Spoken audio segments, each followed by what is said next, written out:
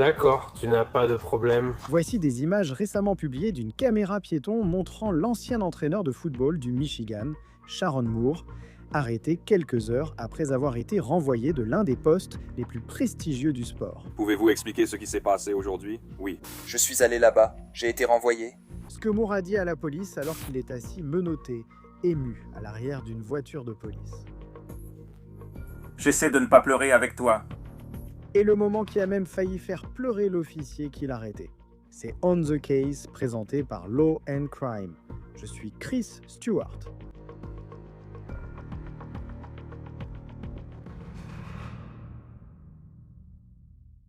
Je repense à la nuit du 10 décembre 2025 et c'était l'une des histoires les plus choquantes que j'ai jamais vues dans le monde du football universitaire. Mais beaucoup de cela n'a rien à voir avec le sport. Mais d'abord, il y a eu la nouvelle que le Michigan renvoyait son entraîneur principal, Sharon Moore. Puis il a été révélé qu'il était renvoyé parce que l'université avait découvert qu'il avait eu une relation inappropriée avec une membre du personnel féminin. Mais ensuite, l'histoire a pris une tournure très sombre. Et des nouvelles ont commencé à sortir indiquant que quelque chose tournait vraiment mal. C'est ça. Alors, tu veux mettre tes pieds dedans ou tu veux rester suspendu comme ça? Oh, comme ça. D'accord, très bien. Alors, qu'est-ce qui se passe aujourd'hui, mec? Je suis désolé d'entendre ça. Eh bien, parfois, des choses arrivent. Tu vois ce que je veux dire? Mais qu'est-ce que tu ressens maintenant? Tu viens de...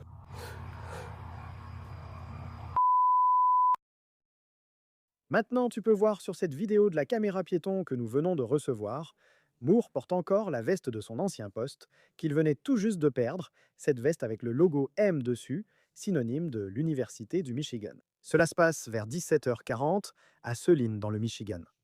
Moore venait tout juste d'être licencié quelques heures avant que tout cela ne se produise. Avant de te montrer la vidéo où tu entendras Sharon Moore, il expliquait à la police ce qu'il dit s'être passé cette nuit-là. Je veux te rappeler cette histoire et pourquoi. C'est vraiment l'une des chutes les plus dramatiques et tristes que nous ayons vues, peut-être même dans toute l'histoire du sport. Le 10 décembre, plus tôt dans la journée, l'Université du Michigan a renvoyé Sharon Moore de son poste d'entraîneur principal. Il était l'entraîneur principal des Wolverines pour les saisons de football 2024 et 2025. Sous Sharon Moore, le Michigan tenait la route. Ils ont battu Ohio State une des 2 années où il était là, leur grand rival. Mais on n'était pas exactement au niveau qu'on avait atteint en 2023, lorsque l'équipe avait réellement remporté le titre national. La semaine précédant le licenciement de Sharon Moore, le Michigan a perdu contre son rival, Ohio State, pour la première fois en 4 ans. C'est important. Si vous suivez le football universitaire, vous le savez, après la défaite contre Ohio State, on pouvait dire certaines choses sur le programme de football de l'Université du Michigan. Ça allait sans être formidable, mais ça allait. Et il semblait que la situation était assez stable pour que Moore reste l'entraîneur principal du Michigan au moins une saison de plus. Et c'est ce qui a rendu l'annonce de son licenciement le 10 si choquante. On aurait dit que ça sortait de nulle part. L'université a ensuite déclaré qu'il était licencié parce qu'ils avaient mené une enquête et découvert qu'il avait eu une relation inappropriée avec une employée, son assistante de direction depuis quelques années. Et vous entendrez Moore l'admettre aux policiers dans la vidéo de leur caméra piéton dans un instant. Et aussi choquante que soit cette histoire, c'était la une du jour dans le monde du sport. La nouvelle est tombée peu après, indiquant que Sharon Moore traversait potentiellement une crise de santé mentale. Un appel au numéro d'urgence 911 a été passé par l'épouse de Sharon Moore. Voici cet enregistrement audio. 911, quelle est votre urgence? Oh, j'ai besoin. Mon mari, je suis inquiète qu'il veuille se faire du mal et j'ai besoin de vous. Pouvez-vous localiser son téléphone? Pourquoi pensez-vous qu'il veut se faire du mal? Parce qu'il me l'a dit. D'accord. Qu'est-ce qu'il a dit exactement? Il a dit qu'il essayait de se suicider. D'accord. Où est-il? Je ne sais pas. D'accord. Où était-il? Il a été viré. Oh. Il est en crise. Et je lui ai dit que Je lui ai dit que je l'aimais et voulais qu'il rentre, mais j'ignore où il est. Il a dit être sur une autoroute. Ensuite, sa femme prononce le nom de la personne que tant de gens dans cette communauté, le monde du sport et l'État du Michigan connaissent très bien. Où travaille-t-il? Il travaille à l'Université du Michigan. Où exactement? Tu sais? Comme à l'hôpital ou à l'époque de South State Street? Non, le football. Simba Hall, 1200 South State Street. Il s'appelle Sharon Moore. Mais ce n'était pas la seule personne à avoir appelé le 911 le 10 décembre, soi-disant à propos de Sharon Moore. Il y a eu un autre appel provenant d'une personne qui s'est présentée comme l'avocate de l'ancienne assistante de direction de Moore, la femme qui avait eu une relation inappropriée avec Moore et qui était au centre de son licenciement. Elle a appelé son avocate qui a ensuite contacté le 911. Voici l'enregistrement audio. Je viens de laisser ma cliente là-bas, où elle a été agressée par un homme déjà signalé à l'Université du Michigan pour l'avoir harcelée. L'homme chez elle avec des couteaux s'appelle Sharon Moore, entraîneur de football à l'Université du Michigan. Il l'agressait et la menaçait pendant qu'elle pleurait au téléphone avec moi. S'il vous plaît, allez-y vite. Alors la police se précipitait vers un complexe d'appartements en dehors du campus. Savez-vous si elle est blessée? Je ne pense pas. Elle est chez elle, je lui ai dit de verrouiller la porte. Elle m'a appelé en criant. Quel est son numéro de téléphone? Quel est son numéro de téléphone? Le mien est blessé. Le sien. Son numéro de téléphone. Oh, Monsieur Moore. Oui, il la harcèle depuis des années. Nous venons de le signaler au service juridique de l'Université du Michigan qui a proposé une protection, mais elle était déjà informée. Alors qu'elle chargeait sa voiture et y mettait ses affaires, il s'est approché d'elle et a tenté de l'attaquer. Ils savent ce qui lui arrive et je pense qu'ils le cherchent. J'ai aussi appelé le portable du directeur juridique pour qu'il intervienne sur notre sécurité, mais il n'a pas répondu. La police allègue que Moore s'est rendu à l'appartement de la femme pour la confronter et la tenir responsable de son licenciement. Ils ont écrit qu'il aurait tenté de mettre fin à ses jours avec un couteau à beurre. Maintenant, c'est le moment où la police retrouve Moore dans son SUV. Il est sur un parking, les agents s'approchent du véhicule avec leurs armes dégainées et on entend la police crier des ordres. Je rappelle que cela est arrivé seulement quelques heures après son renvoi du poste d'entraîneur de l'équipe de football de l'Université du Michigan. C'est vraiment une scène surréaliste à regarder. Remontez la vitre, restez dans la voiture et restez là.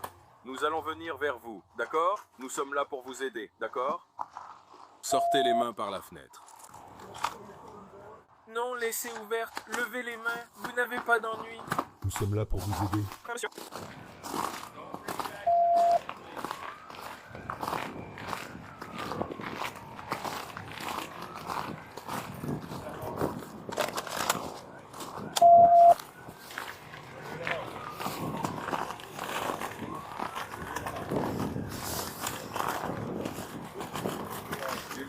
Vous êtes toujours attaché, c'est fini, d'accord?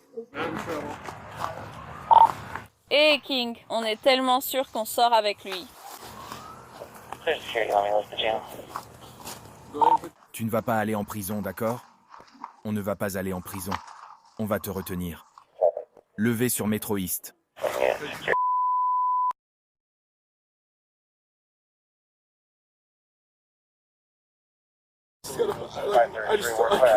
Mon épaule est en mauvais état, ça fait très mal. Je suis là pour toi. Et si on utilisait deux paires? On va vous laisser plus de place, monsieur.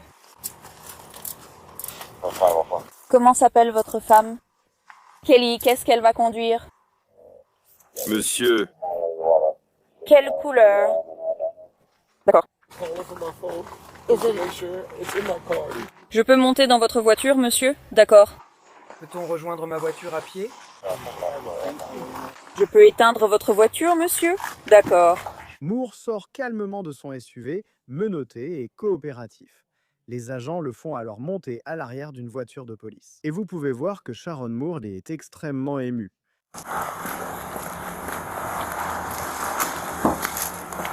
Attendez une seconde. Donc, vous voulez que je revienne en arrière? Je peux vous appeler Monsieur Moore, Sharon ou comme vous préférez, d'accord? Est-ce que Sharon va bien? Sharon.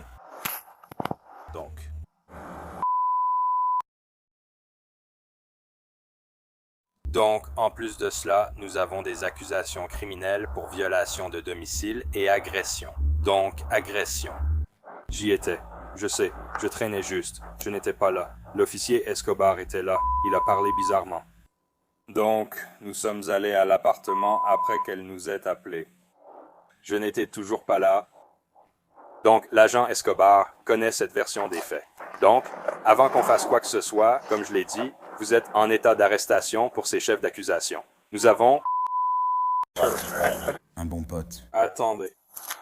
Elle fait partie de ma vie, mec. Attends, je comprends, mec. C'est stressant. Je ne peux pas me mettre à ta place. Juste une seconde.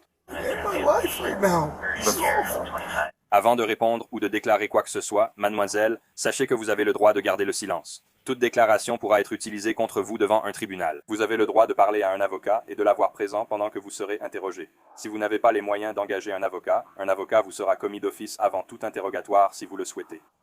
Vous pouvez exercer ces droits à tout moment et ne plus répondre aux questions ni faire de déclarations. Avez-vous compris chaque droit comme je l'ai expliqué? Oui. Donc, encore une fois, nous n'avons que ces déclarations. Je n'étais pas présent et je n'ai pas parlé à l'endroit où était l'agent Escobar. En gardant cela et vos droits à l'esprit, souhaitez-vous nous parler maintenant? Oui. D'accord, alors. Comme je l'ai dit, je n'étais pas là. L'agent Escobar y était. Nous avons reçu un appel disant que vous étiez à la maison et que vous n'étiez pas censé y être. Pouvez-vous expliquer ce qui s'est passé aujourd'hui? Oui, j'y suis allé, j'ai été licencié aujourd'hui. Je sais exactement ce qui s'est passé. Donc, j'ai été licencié à cause d'une relation extra-conjugale avec elle, malheureusement, et j'en avais fini avec ça. Je voulais la laisser partir, mais je ne pouvais pas parce qu'elle m'a dit qu'elle me poursuivrait en justice. Je ne l'ai donc pas licenciée, elle était mon assistante. Donc ça continue, cela s'est passé il y a quelque temps. C'est fait. Il y a une enquête sur tout un tas d'autres choses concernant d'autres femmes, d'autres personnes, ce qui n'est jamais arrivé. Il découvre, je suis convoqué dans le bureau de Ward et renvoyé. Je vais chez elle, à sa maison. Je ne l'ai pas touchée, je ne lui ai pas mis la main dessus. Je ne l'ai pas agressée, ni fait quoi que ce soit pour lui faire du mal. Je me suis énervé, puis j'ai crié, mais je ne l'ai pas touchée, d'aucune manière, sous aucune forme. Je suis sorti, j'ai pris ma voiture, je suis parti, et c'est là que vous m'avez trouvé. Personne ne m'a jamais dit de ne pas y aller, ni « Hey, ne va pas la voir, ne fais pas ça », car je ne l'avais pas vue depuis 2 jours. Donc auparavant, il y avait une enquête avec l'école. Et genre, à cause de sa position et de la tienne. Ouais. Tu t'es fait virer aujourd'hui, tu as eu cette réunion avec Ward. Oui. Et après cette réunion, est-ce que tu as eu un contact avec elle ou tu es juste allé la voir? J'ai essayé de l'appeler. D'accord. Tu as essayé de l'appeler en arrivant à la maison. Où était-elle? Elle était juste dans la cuisine. Et puis elle s'en va. J'ai une question pour toi. Comment es-tu entré dans la maison? La porte était ouverte. Donc tu t'es juste présenté à la maison, tu es entré et tu as pris les clés de la maison. Non, la porte était simplement ouverte. J'ai frappé et elle l'était. Tu entres dans la maison, tu la trouves dans la cuisine. Conversation qui a lieu dans la cuisine. Genre, qu'est-ce qui se passe? Qu'est-ce qui se passe? Et elle dit, eh bien, tu n'es pas censé être ici. J'ai dit, quoi?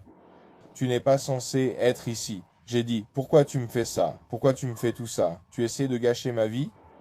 Et puis elle dit, tu dois partir. Éloigne-toi, j'appelle la police. Et je suis parti. D'accord. Donc je ne sais pas à quoi ressemble sa cuisine. Je peux la décrire exactement.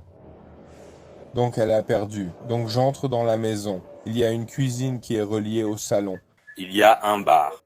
Comme un îlot. Comme un îlot. Elle est juste là, puis elle s'en va et elle va dans le coin salon et moi je n'avance pas. Je ne suis même pas aussi près d'elle. Reste loin d'elle, parce que je ne veux aucun contact physique. Je n'ai jamais touché une femme de toute ma vie. Ever. Je ne ferai jamais ça. J'ai tellement de respect. J'ai 3 filles. Je pars ensuite après ça. Après qu'on ait eu cette conversation, je pars. Je ne l'ai pas touchée. Je n'ai rien fait à part qu'on s'est juste crié dessus. Mais je ne l'ai pas touché. Je ne l'ai pas agressé. Donc c'était uniquement verbal? C'était uniquement verbal. À 100%. Est-ce qu'il y a eu des menaces contre elle? Non. Absolument pas. Comprendre les circonstances. Est-ce qu'il y avait quelque chose du genre, vous savez, à cause de ce qu'elle a fait, il va y avoir un quelconque... Non. Absolument pas.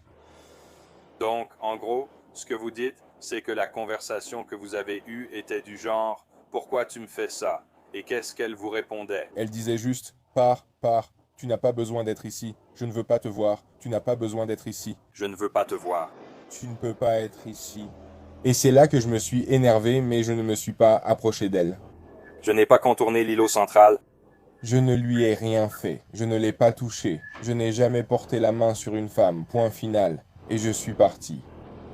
Donc, quand elle s'éloigne de l'île, tu es de l'autre côté de l'îlot. Monsieur, Elle va dans une sorte de salon. un salon. Puis elle prend son téléphone. Et tu ne lui as jamais bloqué le passage. Elle part. Tu es dans la cuisine. Dans la cuisine. D'accord. Comment ça? Parce qu'il y a eu une relation, je ne sais pas quelle est votre relation. Je n'ai pas besoin d'entrer dans votre vie privée. Cette relation a duré combien de temps? Je veux dire, elle est mon assistante depuis 2 ans, mais je la connais depuis 3 ans. 3 ans. Et puis, encore une fois, ce sont des questions juridiques en ce qui concerne les circonstances. Je n'essaie pas de m'immiscer dans ta vie privée. Est-ce que je suppose que c'était une relation intime? Oui. Nous avons eu une relation intime à un moment donné. Oui, d'accord. Donc, un guérisseur pragmatique.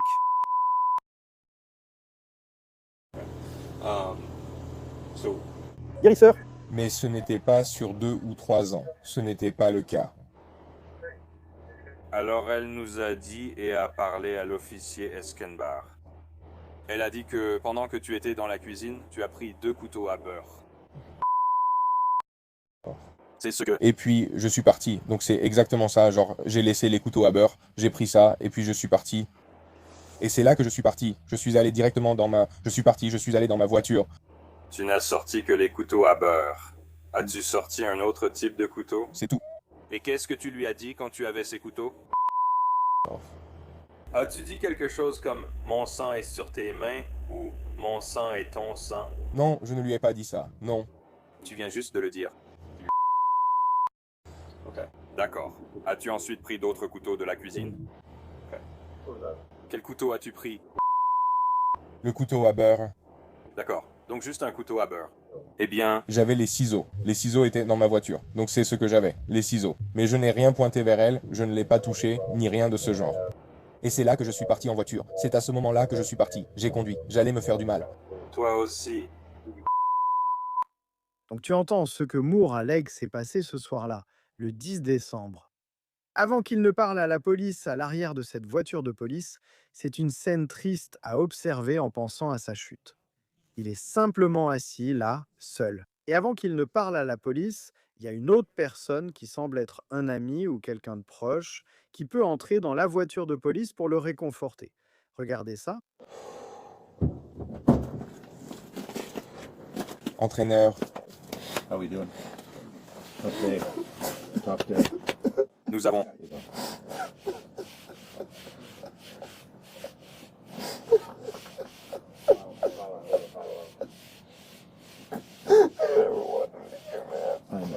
Je voulais être au vélo, je sais, je le sais absolument. Je le sais absolument. Ils ne veulent pas être ici, mec. Ils travaillent tellement dur, je sais que tu travailles dur. J'ai tout donné pour cet endroit. Ils ne veulent jamais être ici. Je suis désolé. Laisse-moi. Laisse-moi, maman.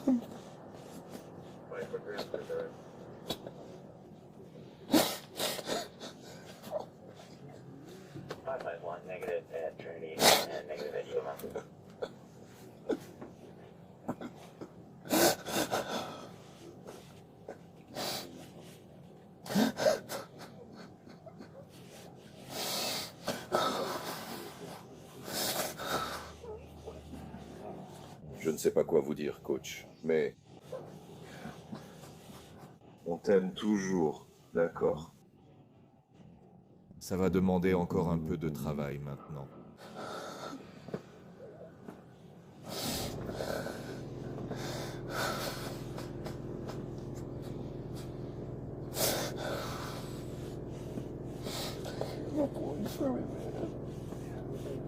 Vas-y, frérot. C'est comme si on était à l'aise.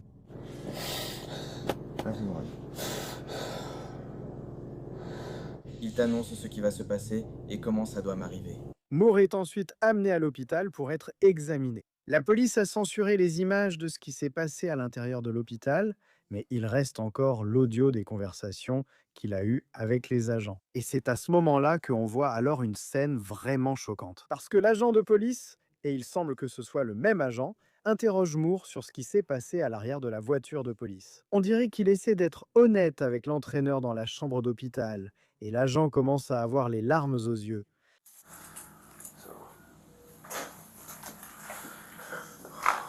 Moore me manque, alors je vais partir. Je pars avec l'agent Espar et le sergent Gasway, d'accord? Donc, comme je l'ai dit, on peut pas vraiment comprendre, hein? Mais comme je te l'ai déjà dit, tu vois... Donc, tu vois, j'essaye de ne pas pleurer avec toi, mais tu sais, tout ce que tu dois traverser pour ça, non? C'est toute la situation, tu vois. Donc, prends toute l'aide que tu peux, accepte l'aide, et laisse le reste se régler tout seul, d'accord? Tu as des questions pour moi avant que je parte? D'accord, mec. D'accord, mec. Eh bien, bonne chance. Prends soin de toi. Tu veux attraper mes menottes? C'est bon, d'accord. Elle a dit que tu étais libéré pour une seule. Très bien, merci. Autre chose de ta part? Très bien. Je déplace ma voiture. Ça va aller. Sharon Moore a été inculpé pour violation de domicile au 3e degré, harcèlement et entrée sans autorisation. Il a été présenté devant le tribunal pour ses chefs d'accusation 2 jours après son arrestation en décembre. Le 6 mars, Moore conclut un accord de plaidoyer avec les procureurs du Michigan et plaide sans reconnaître sa culpabilité pour 2 chefs d'accusation mineurs. Usage malveillant d'un appareil de télécommunication au sein d'une relation domestique et intrusion des délits mineurs. Dans cet accord, les procureurs abandonnent les chefs d'accusation les plus graves auxquels ils faisaient face. D'après les rapports, Moore ne devrait pas purger de peine de prison, même si la peine maximale pour les accusations auxquelles il plaide coupable serait d'1 an derrière les barreaux, bien moins que les 5 ans qu'il risquait s'il avait été condamné pour les accusations initiales. Moore sera condamné le 14 avril maintenant. La femme avec qui Moore aurait eu cette relation inappropriée s'appelle Paige Shiver. Elle s'est identifiée après que Moore a conclu cet accord de plaidoyer avec les procureurs et ses avocats ont publié une déclaration. Celle-ci a été publiée dans le magazine People, disant, je cite, « Le déséquilibre de pouvoir entre l'entraîneur principal et une subordonnée a créé un environnement où notre cliente s'est sentie sous pression, intimidée et piégée. Un comportement qui ne devrait jamais se produire dans aucun lieu de travail, encore moins dans une université publique. » Le texte poursuit en indiquant que les avocats de Shiver ont affirmé que l'accord de plaidoyer confirmait la gravité de l'inconduite criminelle. Dans une déclaration séparée au Detroit News, l'avocat de Shiver a déclaré que la direction de l'université était au courant de la relation et n'a pas agi pour protéger son client. Maintenant, les accusations auxquelles Moore plaide coupable pourraient entraîner jusqu'à 1 an de prison. Mais selon les rapports, il n'est pas prévu qu'il purge une peine de prison lorsqu'il sera condamné plus tard ce mois-ci. Merci d'avoir suivi On the Case sur Law and Crime. Abonnez-vous sur YouTube, Spotify et retrouvez-nous sur Peacock. Je suis Chris Stewart. À la prochaine.